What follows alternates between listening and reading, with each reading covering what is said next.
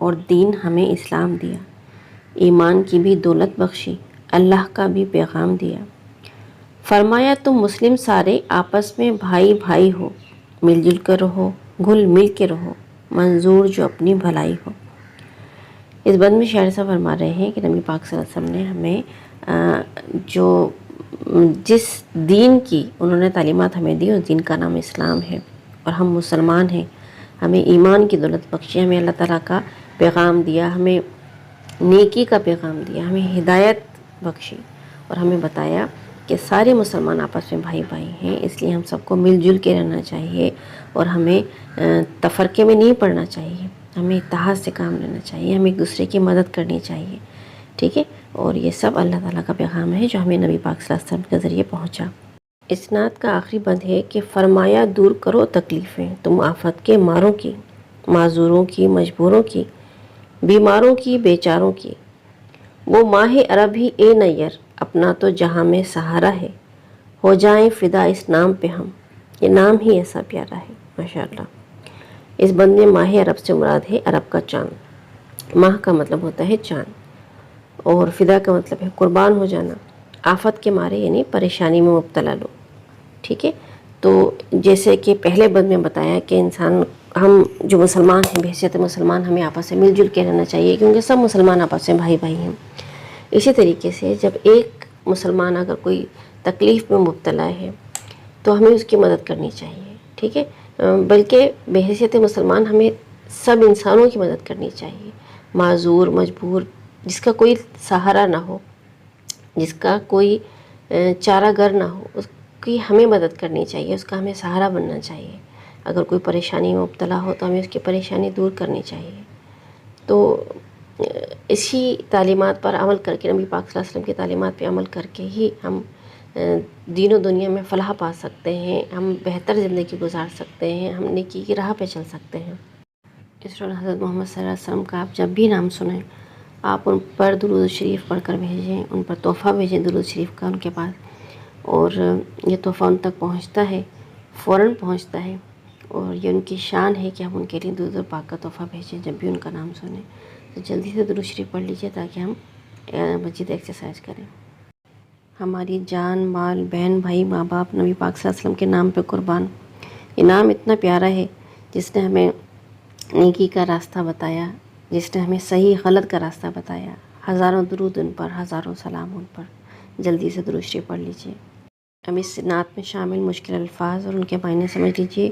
اجارہ کے معنی ہے روشن یا اجالا، کرشمہ کے معنی ہے انوکھی بات، مجدہ کہتے ہیں خوشخبری کو، طور یعنی طریقہ، ماہ عرب کا چاند، اس سے مراد ہے نبی پاک صلی اللہ علیہ وسلم، فدا کے معنی ہے قربان۔ نعت آپ نے سنی، اب ہے کہ آپ نے کیا سمجھا؟ کالم الف کو کالم بے سے ملا کر مصرع مکمل کرنا ہے۔ آپ یہ نعت سن چکے ہیں، پڑھ چکے ہیں، تو آپ کے لیے آسانی ہوگی یہ کالم آپس میں ملانے میں۔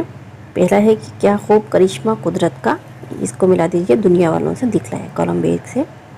پھر ہے اس نام سے ہے دنیا روشن، اس نام سے جگہ اجارہ، آخری لائن جو ہے اس سے آپ ملا دیجئے۔ تیسرا ہے کہ دنیا کو خدا کی رحمت کا، کالم بی کی پہلی سطر سے ملا دیجئے، مجدہ وہ سنانے آئے تھے۔ اگلا ہے کہ جڑ کاٹی ساری بدیوں کی، اور کالم بی کی دوسری سطر سے ملا دیجئے، ڈھا دی دیوار برائی کی، تو مصرع مکمل ہو جائے گا۔ اگلا آخری ہے کہ فرمایا تم مسلم سارے آپس میں بھائی بھائی ہو، اسے ملا دیجئے تاکہ مصرع مکمل ہو جائے۔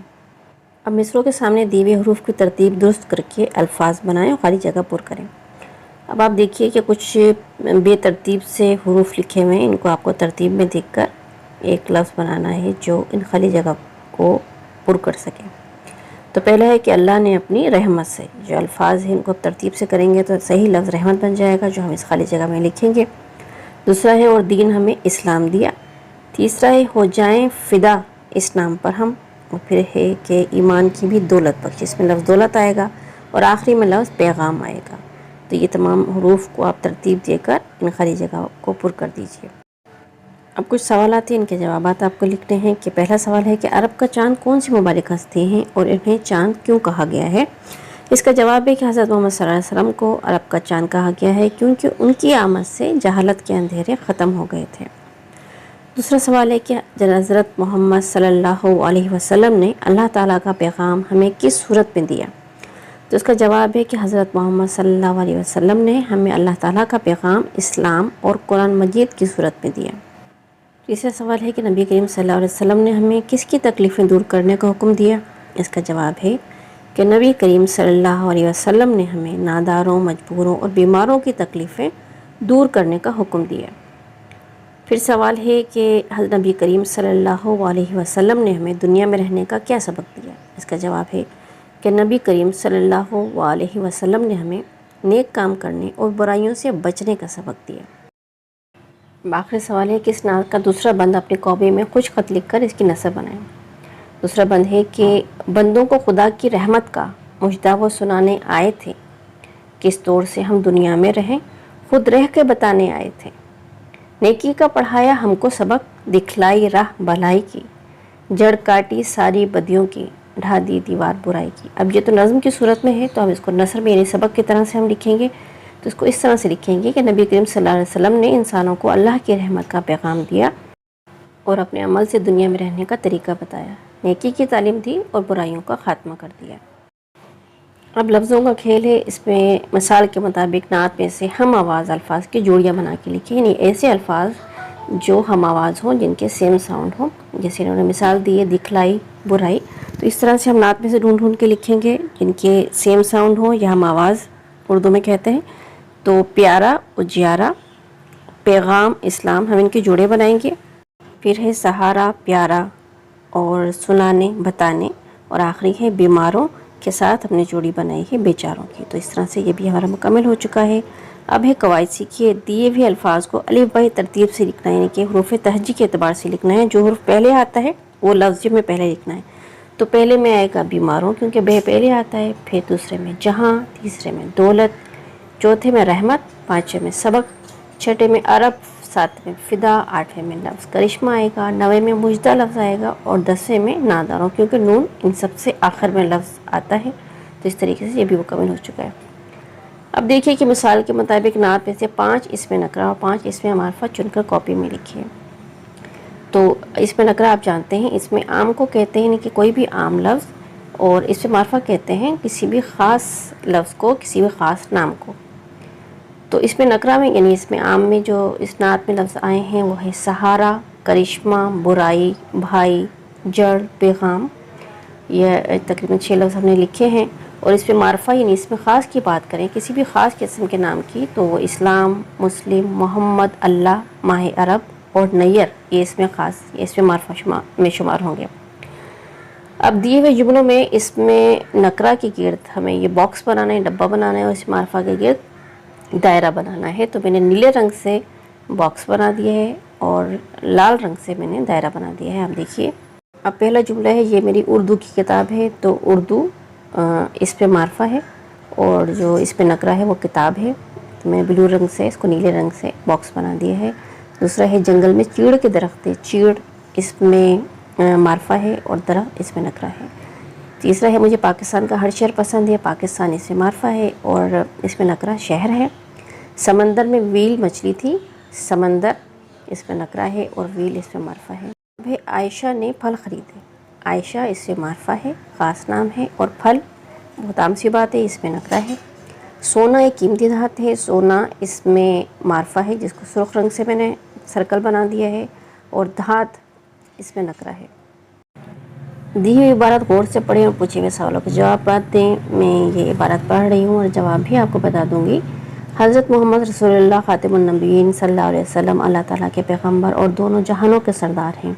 آپ صلی اللہ علیہ وسلم کے صحابہ کرام رضی اللہ تعالیٰ عنہ آپ صلی اللہ علیہ وسلم سے بہت محبت کرتے تھے۔ ان کے نزدیک آپ صلی اللہ علیہ وسلم کا درجہ ایک بادشاہ اور حاکم سے کہیں بڑھ کر تھا۔ لیکن آپ صلی اللہ علیہ وسلم صحابہ رضی اللہ تعالیٰ عنہ کے ساتھ مل جل کر رہتے اور کسی کام میں اپنے لیے امتیاز پسند نہ کرتے تھے۔ آپ صلی اللہ علیہ وسلم دیگر صحابہ کرام رضی اللہ تعالیٰ عنہ کے ساتھ ہر کام اپنے ہاتھ سے کرتے اور اس کو آڑ نہ سمجھتے تھے۔ بازار سے سودا سلف لاتے، اپنے کپڑوں کو پیبند لگاتے، یہاں تک کہ بعض اوقات دوسروں کا کام بھی کر دیا کرتے تھے۔ سوال ہے کہ صحابہ کرام رضی اللہ تعالیٰ عنہ کے نزدیک آپ صلی اللہ علیہ وسلم کا درجہ کس سے بڑھ کر تھا؟ تو صحابہ کرام کے نزدیک آپ صلی اللہ علیہ وسلم کا درجہ ایک بادشاہ اور حاکم سے کہیں بڑھ کر تھا۔ دوسرا سوال ہے کہ آپ صلی اللہ علیہ وسلم کس بات کو آر نہ سمجھتے تھے، یعنی کہ برا نہ سمجھتے تھے؟ تو نبی پاک صلی اللہ علیہ وسلم اپنے ہاتھ سے کام کرنے کو کبھی آر نہ سمجھتے تھے۔ تیسرا سوال ہے کہ نبی کریم صلی اللہ علیہ وسلم اپنے کون سے کام خود کر لیتے تھے؟ تو نبی پاک صلی اللہ علیہ وسلم بازار سے سودا صرف لے آتے تھے، اپنے کپڑوں کو پیوند لگا لیتے تھے، یہاں تک کہ بعضوں کا دوسروں کا کام بھی کر دیا کرتے تھے۔ تو بچوں یہ سبق آپ کا مکمل ہو چکا، امید ہے کہ آپ کو سمجھ میں آ گیا ہوگا۔ ویڈیو کو لائک اور شیئر کیجیے گا اور چینل کو سبسکرائب تو کر ہی دیجیے گا۔ اپنا خیال رکھیے گا اور بہت محبت سے نبی پاک صلی اللہ علیہ وسلم پر درود شریف پڑھ کر تحفہ بھیج دیجیے۔ اللہ حافظ۔